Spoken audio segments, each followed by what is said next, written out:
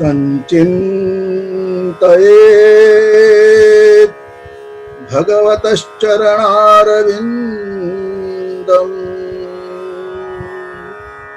वज्राङ्कुशध्वजसरो गृहलाञ्छनाढ्यम् उत्तुङ्गरक्तविलसन्नखचक्रवाल ज्योत्स्नाभिराहतमहद् हृदयान्धकारम्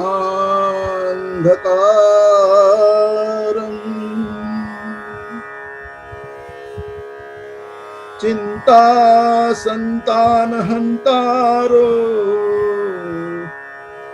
यत्पादाम्बुजरे नमः स्वीयानान्तान्निजाचार्यान् प्रणमामि मुहुर्मुहुः यदनुग्रहतो जन्तुः सर्वदुःखातिगो भवेत् तमहं सर्वदा वन्दे श्रीमद्वल्लभनन्दनम् शङ्करं शङ्कराचार्यं केशवं बादरायणम् सूत्रभाष्यकृतौ वन्दे भगवन्तौ पुनः पुनः।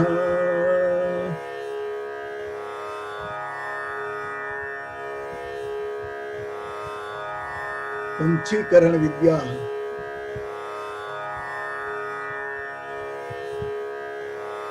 इस विद्या का अभ्यास करने के लिए हम आज इकट्ठे हुए। यह जो पंचीकरण प्रकरण जो है ना, श्रीमद् आद्य शंकराचार्य ने पहले लिखा है। यह बड़ा सूत्रात्मक है। आप उसे देखेंगे तो वह समझ लीजिए 16-17 लाइन के अंदर ही वो समाप्त होता है। बहुत छोटा है मगर इसका अर्थ बड़ा गंभीर है, बहुत बड़ा है।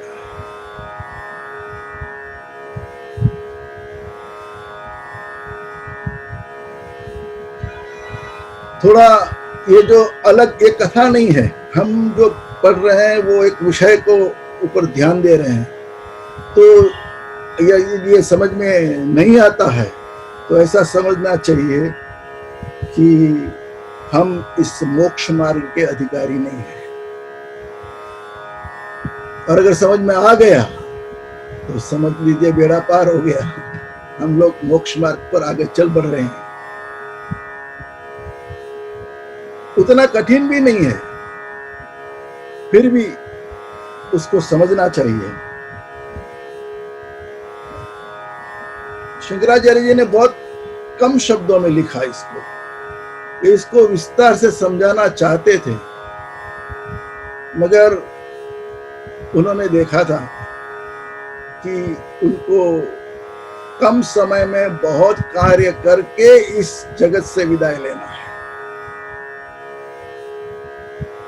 उनको जल्दी जाना था। 32 वर्ष की आयु में तो शंकराचार्य जी ने अपना इस शरीर को त्याग कर दिया। अष्टमे चतुरो वेदाः, 8 साल की उम्र में उन्होंने चारों वेद पढ़ लिए थे। द्वादशे सर्वशास्त्रविद, 12 साल की उम्र में सारे शास्त्र पढ़ लिए। षोडशे कृतवान भाष्यम, ब्रह्म सूत्रों के ऊपर, प्रस्थानत्रयी के ऊपर, गीता उपनिषदों के ऊपर उन्होंने भाष्य लिखे 16 साल की उम्र में। और उसके बाद हमारे वैदिक धर्म का, हमारे सनातन धर्म का उन्होंने प्रचार प्रसार किया और सारे भारतवर्ष के अंदर चारों दिशाओं में उन्होंने मठ स्थापित किए चले गए। इसलिए वो चाहते थे कि इस पंचीकरण को विस्तार से समझाया जाए। तो अपने जो शिष्य थे सुरेश्वराचार्य जी, तो सुरेश्वराचार्य जी को उन्होंने ऐसा कहा कि आप इसके ऊपर कुछ लिखना, और सुरेश्वराचार्य जी ने वार्तिक लिखा है उसके ऊपर। इसी से हम इसका विस्तार आगे चला है। सुरेश्वराचार्य जी लिखते हैं, अथातः परमहंसानाम समाधि विधिम व्याख्यास्यामः। हम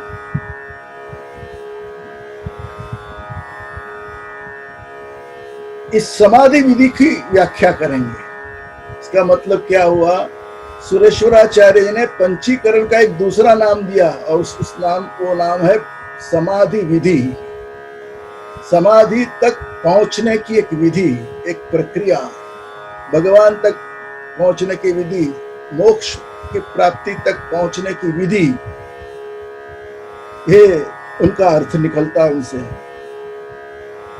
उन्होंने कहा, तो अथ शब्द का अर्थ होता है, उन्होंने क्या कहा है, अथातः, अथ शब्द से शुरुआत की है। तो अथ शब्द का अर्थ होता है उसके बाद। उसके बाद का मतलब क्या कि इसके पहले बहुत सारी घटनाएं घट चुकी है, इसके बाद हम व्याख्या कर रहे हैं। इसका मतलब क्या कि इसके पहले बहुत कुछ घट चुका है। इस ग्रंथ को लिखने से पहले बहुत कुछ घटनाएं घट चुकी।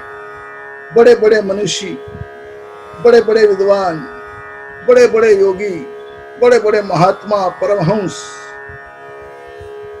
जो मोक्ष मार्ग के आयाम को पार कर चुके हैं,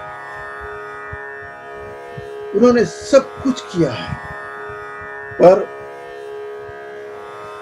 अंत में जो समाधि में जब प्रवेश करना है तो उन्हें दिक्कत आ रही है। समाधि में पहुंचने के लिए उनको दिक्कत आ रही है। तो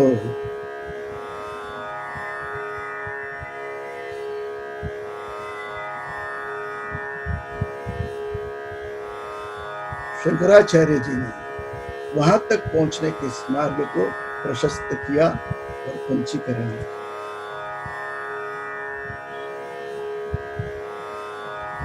इस अथ शब्द को है ना बहुत समझना चाहिए, क्योंकि इस ग्रंथ के शुरुआत के अंदर हमें बहुत कुछ कर चुके हुए हमें चाहिए। हमारी एक तैयारी हो जानी चाहिए, तब हम मोक्ष की ओर जाएंगे। इसके हम अधिकारी बनने चाहिए पहले।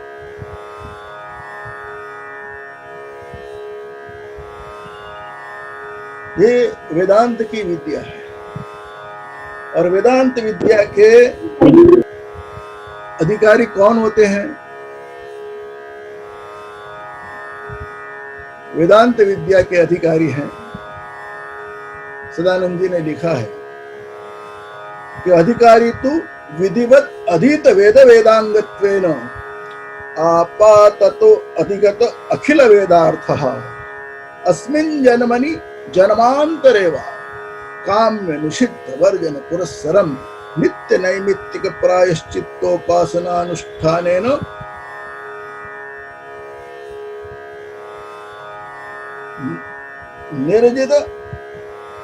निर्गत निखिल कल्मषतया नितांत निर्मल स्वांतः साधन चतुष्टया संपन्नः प्रमाता अधिकारी। इतना बड़ा अधिकारी का लक्षण। अधिकारी किसको कहते हैं? इस विद्या को पढ़ने के लिए हम अधिकारी हैं कि नहीं? हमने अपने आप को जानना है। पहले हम इस विद्या को पढ़ सकते हैं कि नहीं? योग्य बनना है, तभी हम इसमें प्रवेश करेंगे। इसके अधिकारी कौन कहते हैं? विधिवत अधीत वेद वेदांगत्व, जिन्होंने सारे वेद विधिवत अधीत कर लिए। 4 वेद हैं हमारे, ऋग्वेद, यजुर्वेद, सामवेद, अथर्ववेद, और उनके वेदांत वेद के 6 अंग हैं। छंदः पादौ तु वेदस्य, हस्तौ कल्पोऽथ पठ्यते, ज्योतिषाम् अयनं चक्षुः, निरुक्तं श्रोत्रमुच्यते, शिक्षाघ्राणं तु वेदस्य, मुखं व्याकरणं स्मृतं, तस्मात् सांगमधीत्यैव ब्रह्मलोके महीयते। छंद शास्त्र पहले पढ़ना चाहिए वेदों के साथ, जो जिसके ऊपर तो वेद खड़ा है, उसके चरण है वेद के, कल्प वेद के हाथ हैं, कल्पशास्त्र पढ़ना चाहिए। ज्योतिषाम अयनम, ज्योतिष जानना चाहिए, वो वेद की आंखें हैं जिससे वो देख सकता है। इधर का संसार परे की बात है, सब देखी जा सकती है। निरुक्तम श्रोतम उच्च, निरुक्त वेद के कान है, शिक्षा ये वेद की नाक है, और वेद का मुख है व्याकरण। ये 6 अंग है, वेदों को पढ़ना है, इन 6 वेदांगों को भी पढ़ना है।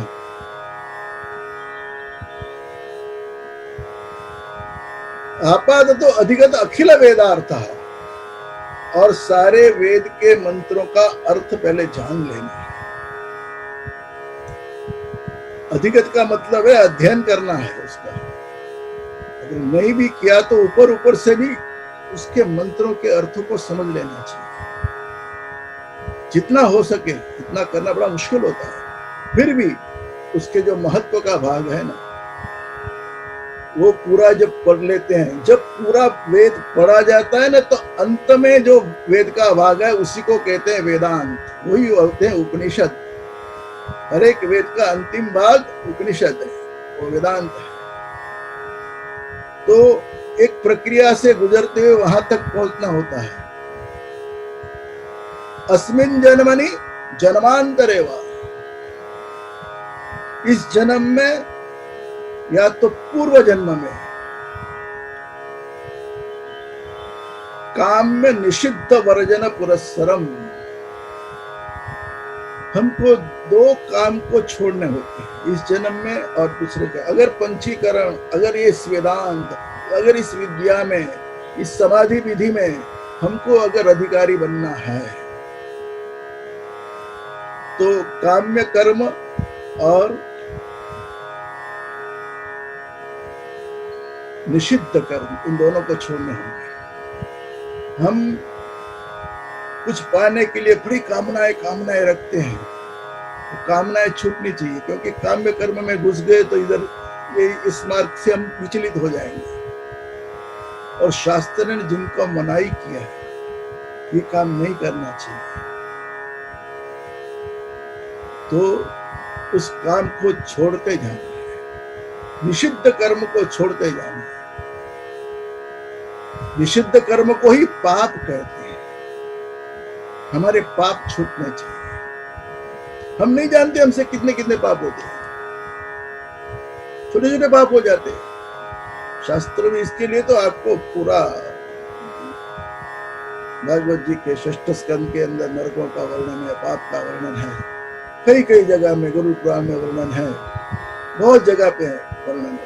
आप हेमाद्री देखेंगे तो हेमाद्री में बहुत छोटी छोटी बातें लिखी है। हम भगवान की पूजा करते हैं, ठाकुर जी को हम पान की बीड़ा धराते हैं, उसको प्रसाद रूप में हम पान खाते हैं। मगर पान मुंह में है और आप चलने लगे। हेमाद्री लिखते हैं पथि तांबूल चरवणम, रस्ते चलते अगर आप पान खाते हैं ना तो भी पाप होता है। कितनी सूक्ष्म बातें हैं, बहुत सूक्ष्म बातें होती है। क्यों? निषेध किया, जिसका शास्त्र निषेध किया वो नहीं करना चाहिए। पान का नियम है कि आप घर में भोजन कर लिया, पान खाया, पान को पूरा किया और फिर उठना है, उतनी देर बैठना है। छोटी छोटी बातें हैं बहुत। कहने का मतलब है काम्य और निषिद्ध, ये जो काम हमारे जो काम्य कर्म और निषिद्ध शास्त्र जिसको मना करता है, वैसे सब काम को छोड़ देना है। नित्य नैमित्तिक प्रायश्चित्तोपासनानुष्ठान, 4 चीजें करनी है, इसका अनुष्ठान करना है। नित्य कर्म हमको करना है, उससे छुटकारा नहीं है। नैमित्तिक कर्म करना है, प्रायश्चित्त कर्म करना है और उपासना कर्म करना है। ये 4 कर्मों को समझ लीजिए, हमें करने ही है। नित्य कर्म को हम नहीं छोड़ सकते। नित्य कर्म का बहुत बड़ा कोई ऐसा फल नहीं है, मगर नहीं किया तो नुकसान जरूर है, अवश्य नहीं किया तो नुकसान।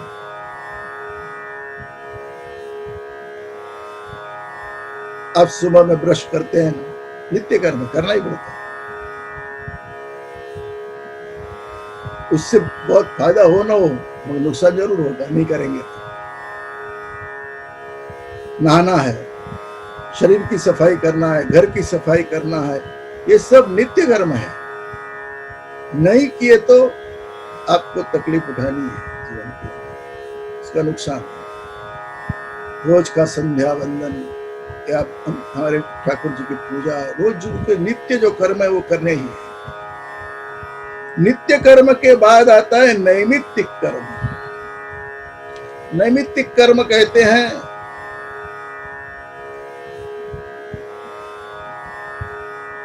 किसी भी निमित्त को ध्यान में रख करके जो काम किया जाता है उसे कहते हैं नैमित्तिक कर्म।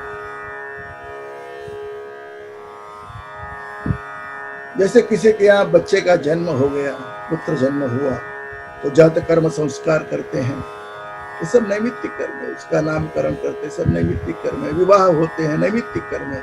किसी निमित्त को ध्यान में रखे सब करना ही है हमको। उसकी सगाई होती है, विवाह होते हैं। समझो ग्रहण लग गया, शास्त्र में लिखा है ग्रहण छूटने के बाद आपको स्नान करना है, दान करना है। तो ये सब इस ग्रहण के निमित्त में किया गया है, वो सब नैमित्तिक कर्म है। वो स्नान, तो ये सब जो शास्त्र में नैमित्तिक कर्म जिसका वर्णन है वो भी हमको करने ही है। फिर आता है प्रायश्चित्त कर्म। प्रायश्चित्त किस लिए करना है? प्रायश्चित्त करने से हमारे पाप सब नष्ट हो जाते हैं, पाप सब चल जाते हैं। शास्त्र में बताया गया है कृच्छ व्रत करना है, प्राजापत्य व्रत करना है, आपको चांद्रायण व्रत करना है। बड़े बड़े व्रत समझाए हैं। किस लिए समझाए हैं? कि हमारे पाप सब जल जाए। तप और जप, प्रायश्चित्त के अंदर सब तप है, उससे सब जल जाता है, हमारे सब पाप जल जाते हैं एक एक करके। अब चांद्रायण व्रत कितना आप कहेंगे कठिन होता है। 1 महीने का व्रत करते हैं। कुछ महिलाएं तो बड़ी 1-2 बार कर लेती है जीवन में। छोटा सा ग्रास प्रतिपदा से लेकर के अमावस्या तक का है पूरा व्रत। प्रतिपदा के दिन, एकम के दिन एक कवल खाना है, 1 ग्रास खाना है। फिर द्वितीया के दिन 2 ग्रास खाने हैं, तृतीया के दिन 3 ग्रास खाने हैं। ऐसे करते करते एक एक कवल बढ़ाते जाना है। आप बिल्कुल नहीं खाएंगे ना तो आप रह सकते हैं, उपवास कर सकते हैं। मगर आपने एक ही कवल खाया है और फिर आपको जो पूरा दिन 24 घंटे उपवास करना है ना, कठिन हो जाता है। यही व्रत की बड़ी बात है। ऐसे पूर्णिमा के दिन 15 कवल खा लिए, फिर कृष्ण पक्ष शुरू होता है तो 1 कम कर दिया, कृष्ण पशुपति का। चतुर्दशी के दिन लास्ट में एक एक जो कम करते गए थे, एक कवल खाया और अमावस्या के दिन पूरे दिन उपवास हो गया। इस प्रकार का चांद्रायण व्रत, उसमें भगवान से जुड़े रहना है, मन को नियंत्रित करना है, बड़ा कठिन होता है। और इससे सारे पाप जो है ना जुड़ जाते हैं। प्रायश्चित्त कहते हैं प्रायो नाम तपः प्रोक्तम चित्तम निश्चय उच्यते तपो निश्चय संयोगात् प्रायश्चित्तमितीर्यते। प्राय शब्द का अर्थ है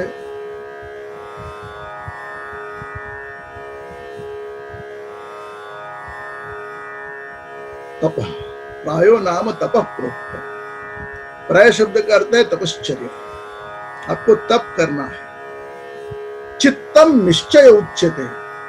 तप करने के बाद एक निश्चय करना है कि जो हमने भूल की, जो हमने पाप किया है, हमसे जो हो गया, शास्त्र में जिसको पाप का है वो दोबारा हम नहीं करेंगे, उसमें नहीं जाना।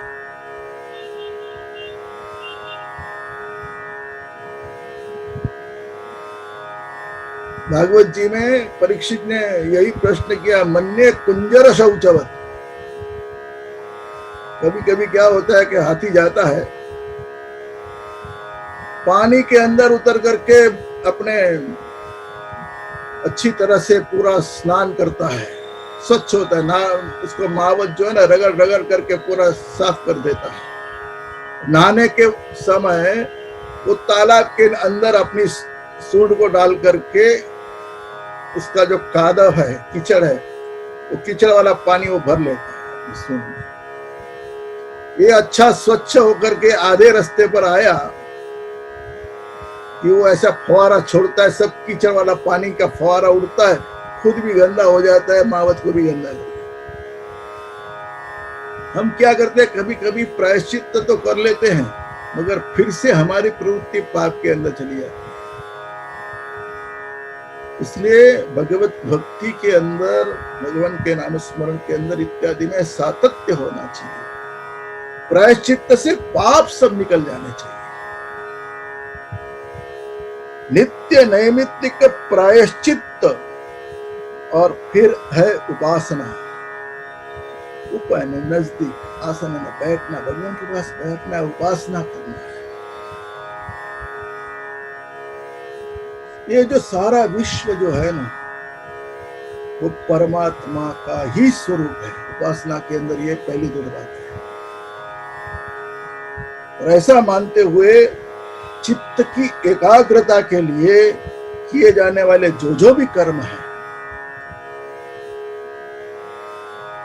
वो सब उपासना में आते हैं। साधक जो है वो अपने जो आराध्य देव, जिन देवता को मानता है, जिन देवता पर उसकी श्रद्धा है, हाँ, तो उसके सगुण रूप का चिंतन करता है और अपने मन को इधर उधर भटकने नहीं देता। उसी को कहते हैं उपासना।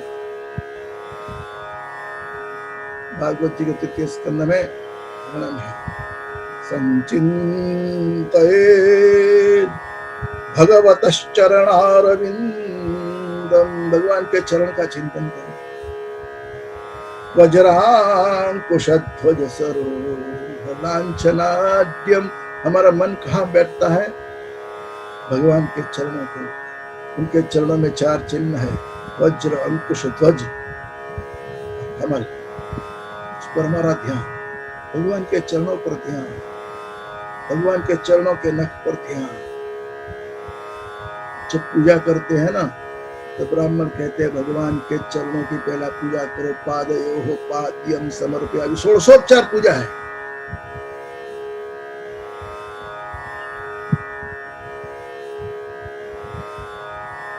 हस्तयो अर्घ्यम समर्पयामि। एक एक अंग की पूजा है। हमारे वैष्णव बहनें तो कितनी ठाकुर जी की पूजा में रत होती है। जमुना जरमा केसर स्नान करावूं श्यामला। एक एक अंग का उसमें स्मरण करते हैं क्यों किया जाता है ये सब? इससे मन भगवान में स्थिर होता है, हमारी उपासना बढ़ती है, हम भगवान के पास ज्यादा से ज्यादा देर तक रहते हैं, भगवान का जो श्रृंगार करते हैं ना, तो हमारा मन भगवान में स्थिर होने लगता है। एक सिद्धांत को समझ लीजिए कि सामने जो ऑब्जेक्ट है, विषय है, जिसको आप देख रहे हैं, वो अगर चलित होते रहता है ना, घूमते रहता है, तो मन स्थिर हो जाता है। और सामने का ऑब्जेक्ट अगर स्थिर हो गया तो मन भटकने लगता है। आप कहीं पिक्चर या टीवी देख रहे हैं और सामने चित्र घूम रहा है, तो आप 2 घंटे तक हिलते नहीं उस जगह से, तो पिक्चर पूरा देखते हैं। मगर इतने में कुछ ऐसा आ गया कि सीढ़ी अटक गई या कुछ ऐसा हो गया, चित्र स्थिर हो गया। पहले पहले आता था ऐसा, व्यत्यय अटक गया बीच में, और चैनल वाले सॉरी बोलते हैं। तो ये अटक जाने से, हाँ जरा पानी लाना, जरा ये हमारा चित्त दूसरी जगह चला जाए। सामने का ऑब्जेक्ट अगर घूमते रहता है तो मन स्थिर रहता है, और सामने का ऑब्जेक्ट, सामने का विषय अगर स्थिर हो गया तो मन घूमने लगता है। तो मन को स्थिर करने के लिए सामने वाला जो ऑब्जेक्ट वो चलित होना चाहिए। भगवान की सेवा के एक एक अंग को हम सजाते हैं, उसकी सेवा करते हैं, सेवा करते करते मन उस पर रहते हैं। उपासना है, इससे मन को कहीं से भी ला करके भगवान में जोड़ना है, अपने वो आराध्य देव में जोड़ना है। ये उपासना तो नित्य नैमित्तिक प्रायश्चित्त और उपासना, इन कर्मों को हमेशा करना ही है। तो छांदोग्योपनिषद के अंदर शांडिल्य ऋषि ने इसका बहुत बड़ा विस्तार से वर्णन किया है। कभी ऐसा प्रसंग आया तो उसको शांडिल्य विद्या कहते हैं। शांडिल्य विद्या का भी अभ्यास करेंगे कभी मौका मिला तो। ये जो 4 प्रकार के कर्म हुए हैं, जो पहले 3 जो प्रकार है ना, नित्य नैमित्तिक और प्रायश्चित्त, ये 3 प्रकार का फल क्या है? चित्त की शुद्धि के लिए। और चौथा जो है उपासना, वो चित्त की एकाग्रता के लिए। चित्त एकाग्र बनना चाहिए, एक जगह से जाना चाहिए। तो ये 4 प्रकार के कर्म है।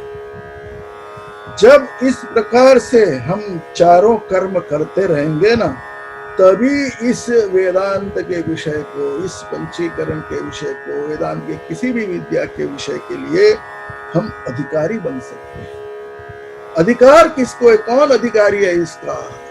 इसका अभी विवरण पहले जब हम इसके अधिकारी हमें बनना है, नहीं हो तो बनना है, इसलिए जान लेना है उसके अधिकारी हैं। एक बार जान लेने से ही उसमें प्रवृत्ति होती है ना।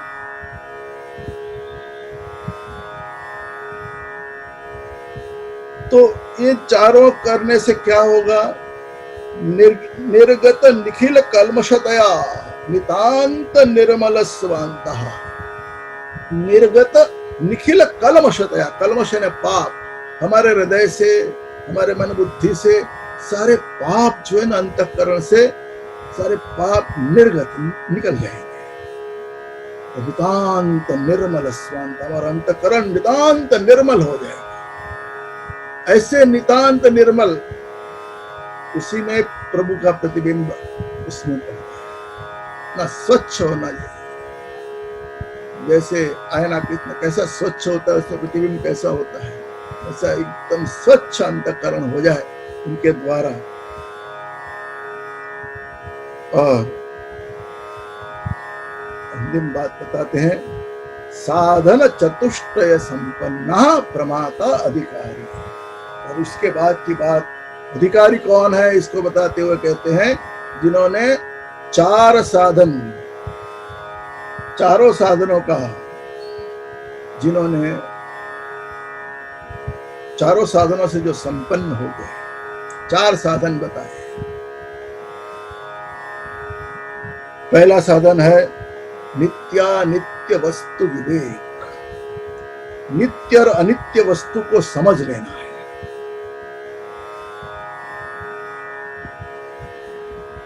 नित्य और नैमित्तिक वस्तु, क्या नित्य है क्या नैमित्तिक, नित्य क्या अनित्य है क्या अनित्य है। नित्य केवल ब्रह्म है, मात्र ब्रह्म ही नित्य, ब्रह्म एव नित्यम।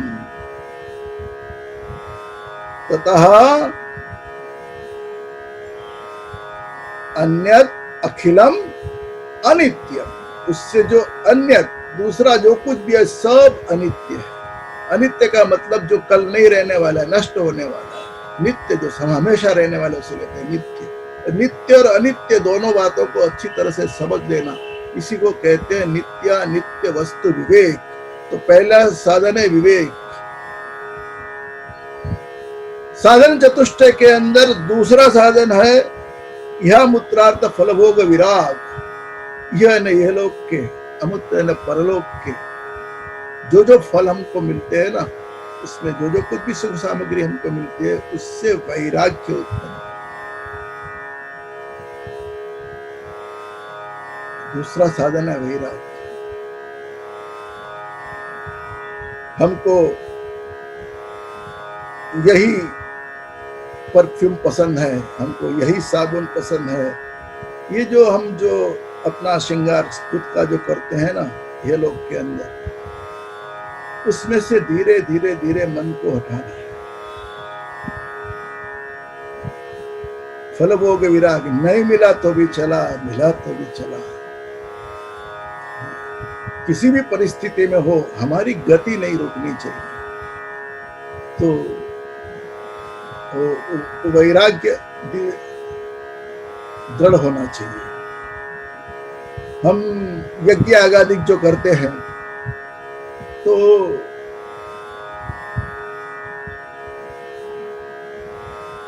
यज्ञ के अंदर स्वर्ग कामो यज्ञ, तो में लिखा है स्वर्ग की कामना से यज्ञ करते, ये करने से हमको स्वर्ग मिलेगा। मगर क्या हुआ, स्वर्ग कहां तक मिलता है? भगवान तो कहते हैं गीता के अंदर क्षीणे पुण्य मर्त्य लोकम विशंति, जब तक पुण्य है तब तक स्वर्ग में है, फिर आपको वापस गिरना ही है, आना ही है यहाँ पर। तो ऐसे सत्कर्मों के द्वारा भी जो फल मिल रहा है उससे भी वैराग्य, क्योंकि ये सब बंधन के करता है, हमारे बंधन में हमको डालते हैं। अहिक कर्म भी ये सब, हम कहेंगे शुभ कर्म करना है तो शुभ कर्म जो करते हैं ना, तो शुभ कर्म का भी एक बंधन होता है। आपने कुछ अच्छा दान पुण्य किया तो भगवान आपको अच्छा, उससे बढ़िया संपत्ति देगा। आपको इसकी वजह से BMW में घूमना ही पड़ेगा, उसके लिए जन्म लेना पड़ेगा, तो मोक्ष वाली बात छूट जाएगी। क्योंकि आपने पुण्य कर्म किया है ना, तो पुण्य कर्म की वजह से आपको प्राप्त करना ही है।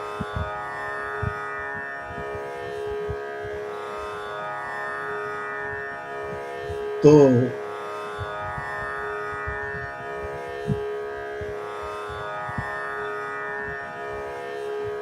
ऐहिक कर्म और पारलौकिक कर्म, पारलौकिक इन कर्मों का जो फल जो है ना, उस फल में भी हमको वैराग्य लाना है। और तीसरा साधन कहते हैं शमदमादि साधन षट। षट संपत्ति है, 6 प्रकार की संपत्ति बताई है। शम, दम, उपरति, तितिक्षा, समाधान और श्रद्धा। इस विद्या के अधिकारी बनने वाले को ये साधन के अंदर ये चतुर्थ साधन भी होना चाहिए। शम दम इत्यादि 6 संपत्ति को प्राप्त करना है। शम कहते हैं मन की शांति, मन को शांत करना। हमारा मन व्याकुल होता है, हमको अन्न खाने की इच्छा होती है, मन व्याकुल होता है, प्यास की इच्छा होती है, मन व्याकुल होता है। इस व्याकुलता के ऊपर नियंत्रण लाना है, इसलिए के तो व्रत इत्यादि होते हैं ना। मन को बड़ा शांत करना है। संसार के विषयों में मन दौड़ता है, उसको इस अंतःकरण की एक विशिष्ट प्रक्रिया द्वारा उसको मन को शांत करना, इसको कहते हैं शम। मन को शांत करना। अब बारिश के दिनों में देखिए, एक सपोला निकलता है ना, वो अर्थवर्म, सापोलिया कहते हैं गुजराती में, वो निकल गया तो मन आज उसको देख करके लोग कूदने लगते हैं, ये कैसे आ गया, मन शांत हो जाता। और हमारे प्रभु देखिए, शांताकारं भुजगशयनं, इतने बड़े नाग की शैया पर सोए हैं, शेषनाग की शैया पर, फिर भी शांत है। हमारे ऊपर एक घर की जिम्मेदारी है, हमारा मन अशांत हो जाता है इसको उठाने के लिए। और उस शेषनाग के ऊपर सारी पृथ्वी है, भगवान सारे विश्व को चलाते हैं, कितनी जिम्मेदारी है, फिर भी भगवान शांत है। शांताकार शम होना चाहिए, ऐसा कहते हैं कि सदानंद जी ने अधिकारी का लक्षण लिखा है। तो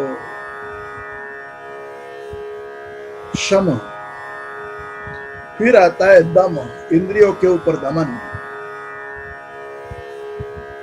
इंद्रियों को काबू में रखना है।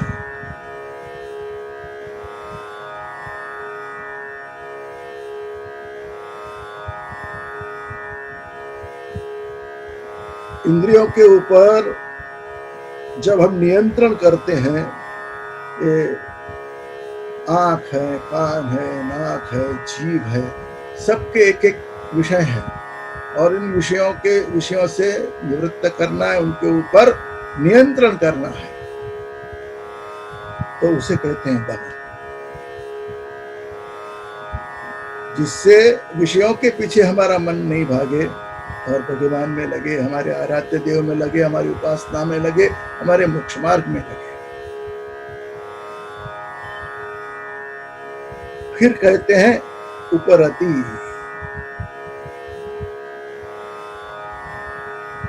तीसरा उपरति, उपरामवृत्ति होनी चाहिए। ये जो शास्त्रोक्त विधि द्वारा जितने भी दूसरे कर्म है ना, उस कर्मों से धीरे धीरे छूटते जाना है, उपराम होते जाना है। कर्म से छूटेंगे ऐसे कि इतनी इच्छाएं भी हमारी कम हो जाए। सनातन धर्म के लक्षण में नारद जी ने सप्तम स्कंद में भागवत जी में बताया, ग्राम्य हो परमः, ग्राम्य या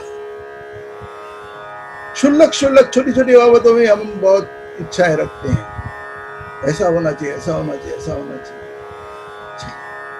उसमें से सभी इससे पर होते जाना, मन को एकदम शांत, उपरति, उसको शांत करते जाना है। और फिर पांचवी बात आई तितिक्षा। तितिक्षा का मतलब है सहन शक्ति। ईश्वर संपत्तियों में तितिक्षा का बड़ा महत्व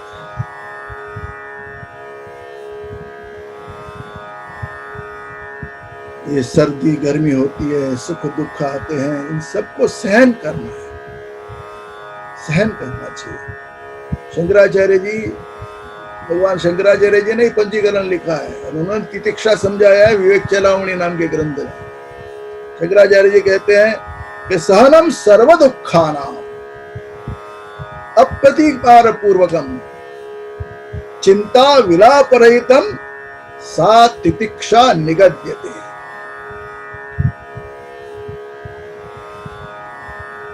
भगवान श्रीमद आदि शंकराचार्य लिखते हैं, सहनम सर्व दुखानाम, सभी प्रकार के दुखों को सहन कर लेना है, चाहे पहाड़ जितना बड़ा दुख क्यों ना पड़े, उसको सहन कर लेना।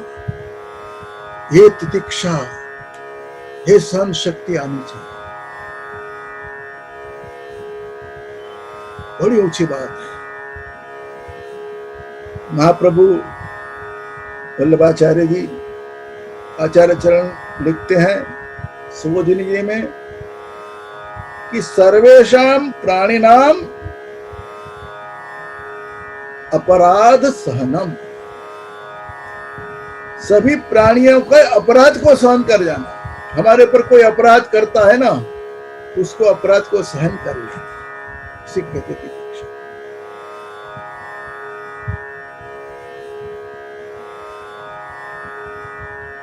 शंकराचार्य कहते सहनम सर्व दुखानाम अप्रतीकार पूर्वकम, किसी ने हमको दुख दे दिया तो उसका कोई प्रतिकार नहीं करना है।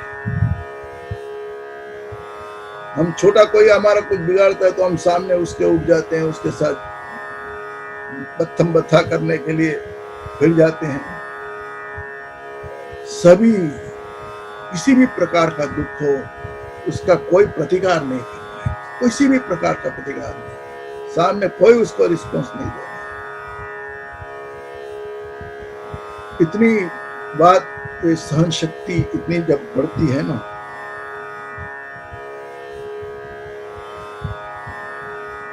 तभी वो अत्यंतिक सुख को और उस समाधि के सुख को हम प्राप्त कर सकते हैं। गीता में भगवान ने कहा है शक्नोति हैव यः सोढुं प्राक् शरीर विमोक्षणात् काम क्रोधोद्भवं वेगम संयुक्तस्य सुखी नरः। युक्त होना है ना भगवान के, सोढुं सहन करना है। शक्नोति यः सोढुं प्राक् शरीर विमोक्षणात्, इस शरीर छूटने से पहले। भगवान श्री कृष्ण गीता में कहते हैं कि जो इसको सहन कर सकता है, काम का वेग, क्रोध का वेग, इन दोनों को जो सहन कर सकता है ना, वही वहां तक पहुंचता है, उसी उसको सुख तक पहुंचता है। तितिक्षा, सहन शक्ति पहले होना, सहते आना चाहिए। सहते हैं वही इस विद्या के अंदर आगे बढ़ सकते हैं। हाँ, कृष्ण तो बहुत खेलने कूदने वाली बात है उनकी। तो भगवान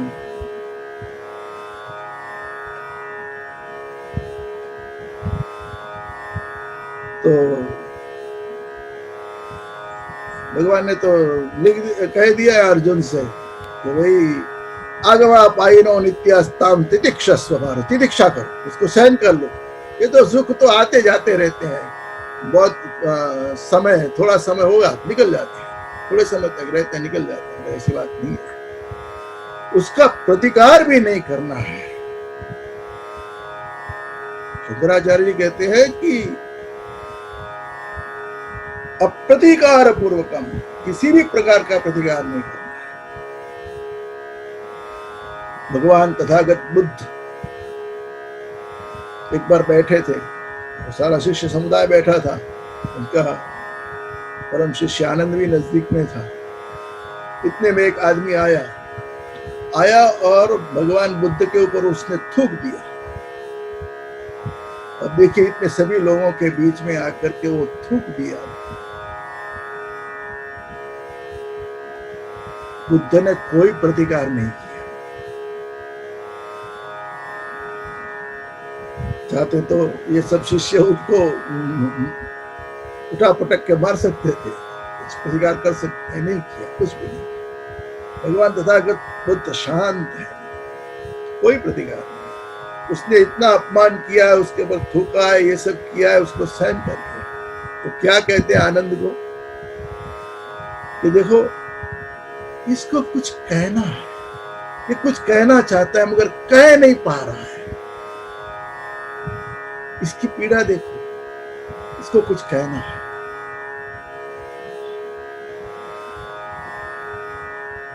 जब आप तितिक्षा की ओर जाएंगे तो सारे विश्व के लोग कभी आपको भी पीड़ा देते हो तो उनके अंदर की पीड़ा को आप समझ सकते हैं। ऐसा हुआ ही। और दूसरे दिन वो आदमी फिर से आया और तथागत बुद्ध के चरणों में गिर पड़ा और रोने लगा। रोते ही गया, रो ही रहा है। भगवान बुद्ध फिर कहते हैं आनंद को, देखो इसको कुछ कहना है, रो रहा है, तो कह नहीं पा रहा।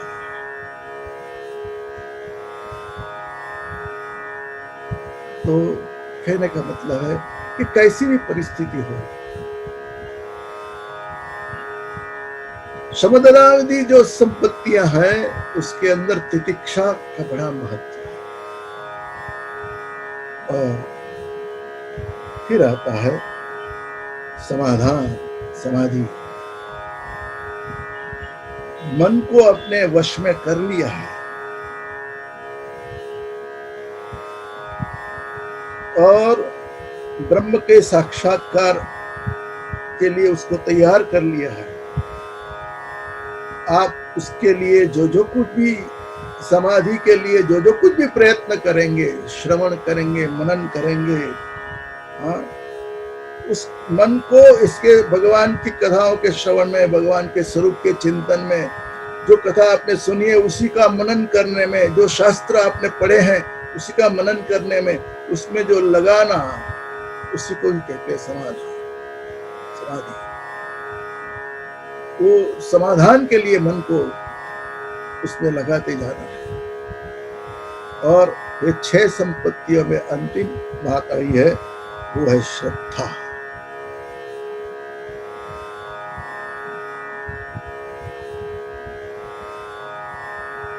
अपने गुरु के वचनों पर श्रद्धा। आप जिनसे कुछ भी पढ़े हैं, सीखे हैं, उनके ऊपर श्रद्धा। उन्होंने जो मार्ग दिखाया उसके ऊपर आत्यंतिक विश्वास, उसी को कहते हैं श्रद्धा। श्रद्धा अविचल होनी चाहिए। अगर श्रद्धा हिल गई तो फिर आप नहीं जा सकते, इसलिए श्रद्धा होनी चाहिए। मेरे गुरु समर्थ हैं, उन्होंने जो मार्ग दिखाया है, अगर मैं उस तरह से चलता हूं तो जरूर पहुंचूंगा वहां पर। एक श्रद्धा होनी चाहिए। तो ये जो 3 साधना हुई, एक हुआ विवेक, एक हुआ वैराग्य और एक हुआ शमदमादि, ये 6 संपत्ति, ये 3 जो साधन हुए ना, जो साधन चतुष्ट और चौथा साधन जो है वो है मुमुक्षुत्व। हमारे में मुमुक्षा होनी चाहिए, मुमुक्षुत्व होना चाहिए। इनसे चौथा साधन बिल्कुल अलग है। मोक्ष की इच्छा ही आपको मोक्ष तक ले जाएगी। मोक्ष की इच्छा होगी तभी आप पंचीकरण को आत्मसात कर सकेंगे।